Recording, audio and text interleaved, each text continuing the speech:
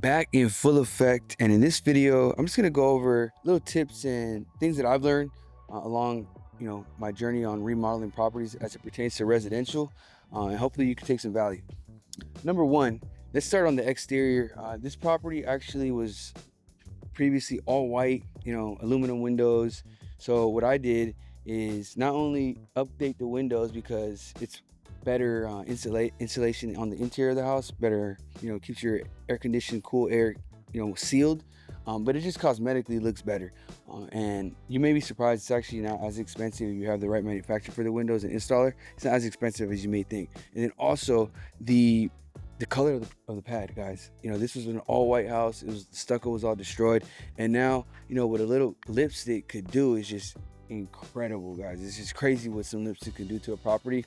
And that's what I did here. We went a little two-tone on the trim and the stucco, and I'm pretty happy with the outcome. Okay. Another thing that I always recommend is the floors, guys. As you see here, this looks like a wood grain floor. It's actually porcelain tiles, and the reason why I personally like porcelain tiles, specifically in the kitchen and the bathrooms, is because if you spill water on this, baby milk, blood, whatever, you can just clean it up. You can seal these, and it calls for very easy cleanup. And I don't know about you, but I don't like, mold and, when water hits certain surfaces to be destroyed. Tile is going to be your best friend in that regard. Okay. Going into the kitchen. A lot of people love kitchen remodels. I personally love the kitchen. It's one of my favorite rooms. Why? Because that's where we get down. But when I'm doing a remodel, what I like to do is obviously be with the times, choose a color of a cabinet that's, somewhat, in style, right? So these light oak cabinets are very popular right now. But on the countertop, guys, I always want to go with not too porous countertop, because if you spill something on here, you don't want it to stain. You want it to be able to just wipe it down, but you still want to have a cosmetic look here that's appealing. So this is quartz. I love quartz on any rental. I would even put it at my own primary in certain spaces of the countertop, just because, like I said, it's durable, and you can find some good slabs that are with the times. They look appealing. And don't forget these the hinges, guys. Your doorknobs and hinges, they go a long way. You can go with the standard, but I have a little supplier that just hooks it up with some pretty nice colorways on the hinges, and it goes a long way, guys.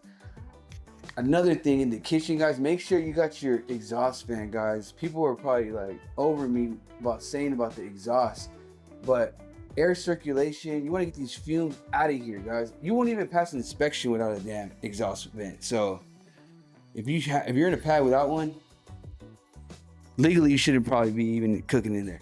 Okay. All right. So in here, in the bathroom, guys, go ahead and take a look. I love green, by the way. Porcelain tiles everywhere, as much as you could go. Why? Because water is everywhere. We got actual plumbing in here. You want to make sure this thing, baby in here showering, bathing, water, poop, pee everywhere. Like, we could just hose it down, clean it all up real quick. Okay. Same here with the glass panel. I like glass panels because it prevents you having the need to do it like a slider door, which usually have like rubber silicone on the track that usually has buildup with like dirt, and then it creates like water buildup, mildew.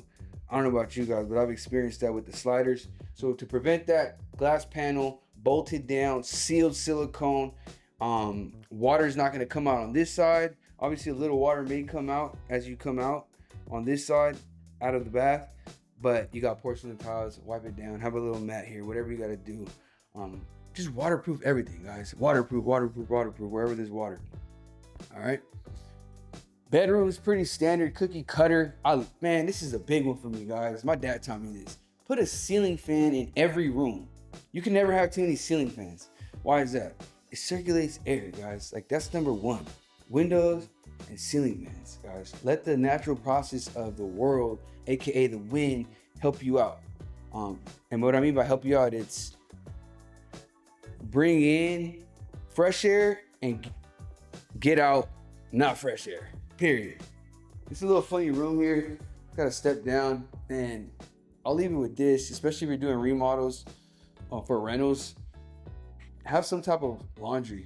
Have some type of laundry. I had to put this in the most oddest place because it was the only place that I had to put this, but I got laundry hookups in the largest room. Yeah, it's not an ideal place to have laundry, but it has damn laundry, guys. You don't have to go to the laundromat and, you know, walk over pissed to get into the laundromat and, or potentially get your clothes jacked. I've heard all type of stories, but long story short, you know, find a better place, find a place, but have your hookups here because any tenant that's renting a 3-bedroom house probably has kids, family. They're gonna have a lot of clothes to wash, guys. And this is something I think about. You gotta have a bathroom here, same thing. You know, try to waterproof as much as possible. And that's pretty much it, guys. You know, people think of a little paint, you know, goes a long way, and it really does. But you always want to check these little details out. Like I said, that first impression does matter. And this is what I tell everyone. So this property is currently for rent. It's a 3-bedroom, 2-bath in the city of Signal Hill. It's going for about $4,000 a month. And what I tell everybody walking in here, look, I don't care how this place looks. It looks beautiful, it really does, but what's behind the walls? What's the electrical plumbing look like? What's the foundation look like? And I've touched all of that in this property. And for me, that's very important so that when you own a property, you take care of it, guys. You know, that's a property that you've been given, you've acquired, that you've, obtained.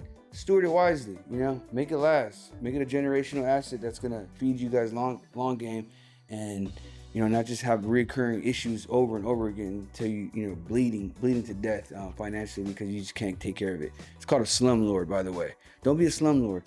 But these are some tips and pointers. Any comments or anything that I could have done better, put them in the comments. I want to hear you guys. I'll see you guys soon.